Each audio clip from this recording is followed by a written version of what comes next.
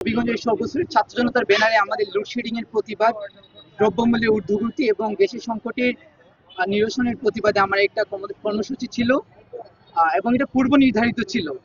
এবং আমি ব্যক্তিগতভাবে কর্মসূচির একদিন আগেই আমি নিজে কল করেছিলাম, এখানে যিনি দায়িত্বশীল আছেন। আমি আগেই স্পষ্ট করি, এখানে কারোর সাথে আমাদের ব্যক্তিগত কোনো শত্রুতা নেই। আমার ওনার দায়িত্বশীল জায়গা নিয়ে আমার কিছু কথা বলার আছে।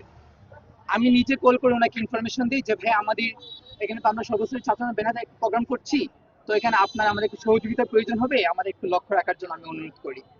তো সন্ধ্যার পরে উনি আমাকে আবার কল করে উনি আমার কাছে একটা এক্সপ্লেনেশন চান। তারপর অনেক কথাবার্তা হয়। তারপর আমরা যথারীতি যে পলিটিক্যাল যে প্রোটোকল অনুযায়ী আমরা একটা ইন্টিমেশন আমাদের প্রতিনিধি দল থানা দেশে দিয়ে যায়।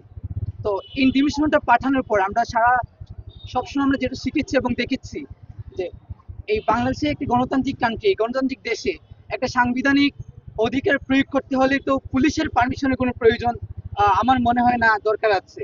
আমরা একটা সাংবিধানিক অধিকার প্রয়োগ করব, আমরা ইন্টিমেশন পাঠিয়েছিলাম, অবগতি করেছি এবং ওনার আইন শৃঙ্খলা সহযোগিতা আমরা চেয়েছি। কিন্তু প্রশাসন থেকে প্রথম যে কাজটা করা হয়েছে, আমাদের এই ইন্টিমেশনকে রিসিভই করা হয় নাই।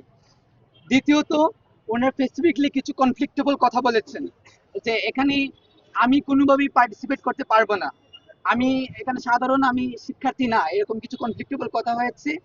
এবং আরো সবচেয়ে জঘন্য যে ব্যাপারগুলো হয়েছে, আমাদের যে প্রতিনিধি দলটা ছিল, যারা ইন্টিমেশন নিয়ে এসেছিল, তিনজনের একটা দল ছিল, তাদের প্রত্যেকের বাড়ি বাড়ি আগের রাতের প্রশাসন পাঠিয়ে হুমকি ধমকি দেওয়া হয়েছে। আমাকে বিভিন্নভাবে প্রশাসনিকভাবে হুমকি ধমকি দেওয়া হয়েছে, বলা হয়েছে আমাকে পিক আপ করা হবে আমি যদি এখানে আসি। তো আমাদের পূর্ব নির্ধারিত প্রোগ্রাম ছিল। ইনফ্যাক্ট আমাদের একজন সিনিয়র নেতৃত্ব হবিগঞ্জের, যাকে থানাতে প্রায় 4 থেকে 5 ঘন্টা আটক করে রাখা হয়েছিল, বলা হয়েছিল আমি যেন ভিডিওতে এসে বলি এই প্রোগ্রামটি ক্যান্সেল করা হয়েছে। আজকে আমি ক্লিয়ার একটা কথা জানতে চাই আপনাদের মাধ্যমে, এই গণতান্ত্রিক বাংলাদেশ কি পুলিশ রাষ্ট্র হয়ে গেছে নাকি, যে পুলিশের কাছ থেকে পারমিশন নিয়ে আমার সাংবিধানিক অধিকার প্রয়োগ করতে হবে?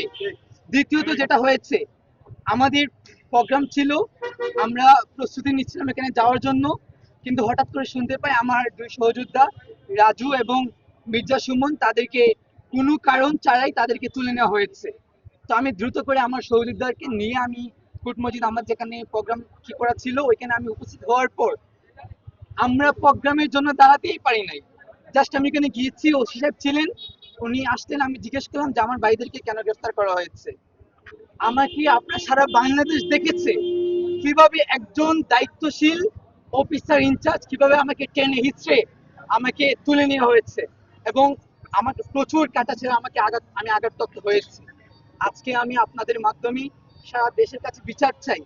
লোডশেডিং এর প্রতিবাদ, দ্রব্যমূল্যের ঊর্ধ্বগতির প্রতিবাদ, গ্যাসের সংকট নিরসনের দাবি, এটা তো জনগণের একটা মৌলিক চাহিদা এবং এটা তো আমি কোনো দলীয় এজেন্ডা বাস্তবায়ন করছি না। প্রশাসন যেটা বারবার বলেছে, তারা নাকি আমাদেরকে প্রোটেকশন করার জন্য তুলে নিয়ে এসছে। আমি মনে করছি যদি আমাদের উপর কোনো একটি দল থেকে থ্রেট থাকে বা আমাদের উপরে কোনো হামলা আশঙ্কা থাকে, তাহলে লটা কি বলে অ্যাকচুয়ালি, যে যারা আমাদের উপর হামলা করার প্রিপারেশন নিয়েছিল তাদেরকে তাদেরকে তাদের সাথে ডিল করা এবং আমাদেরকে প্রোটেক্ট করা। কিন্তু প্রশাসন যেটা করেছে, তারা আমাদেরকে তুলে নিয়ে এসেছে এবং থানাতে আমাদেরকে যাচ্ছে তাই বলা হয়েছে, আমাদেরকে বলা হয়েছে আমরা মিছিল মিটিং কেন করব। তো আজকে আমার এখান থেকে একটা ডেমোক্রেটিক কান্ট্রি একজন সিটিজেন হিসেবে আমার কোয়েশ্চন, যে একটি আমার সংবিধানের 37 অনুচ্ছেদ অনুযায়ী একটি সাংবিধানিক অধিকার প্রয়োগ করতে হলে যদি এই নতুন বাংলাদেশে এই হাসিনার স্টাইলে আমাদেরকে তুলে নিয়ে আসা হয়, এর চেয়ে জঘন্য আর কিছু হতে পারে না। আপনারা যারা কষ্ট করেছেন, আমার অনেক সহযোদ্ধা ভাই এসেছেন, সকলকে ধন্যবাদ জানিয়ে এরকম দৃষ্টান্ত যেন আর না হয় সে আশা ব্যক্ত করছি। যে কোনো ধরনের মামলা ছাড়া, কোনো ধরনের ওয়ারেন্ট ছাড়া, কোন ল অনুযায়ী উনি আমাদেরকে 24 ঘন্টা এই থানাতে আটক করে রেখেছেন। 24 ঘন্টা, প্রায় 24 ঘন্টা হয়ে গেছে। উনি কোন ল অনুযায়ী আমাদেরকে আটক করে রেখেছিলেন তা আজকে আমরা আপনাদের মাধ্যমে জানতে চাই।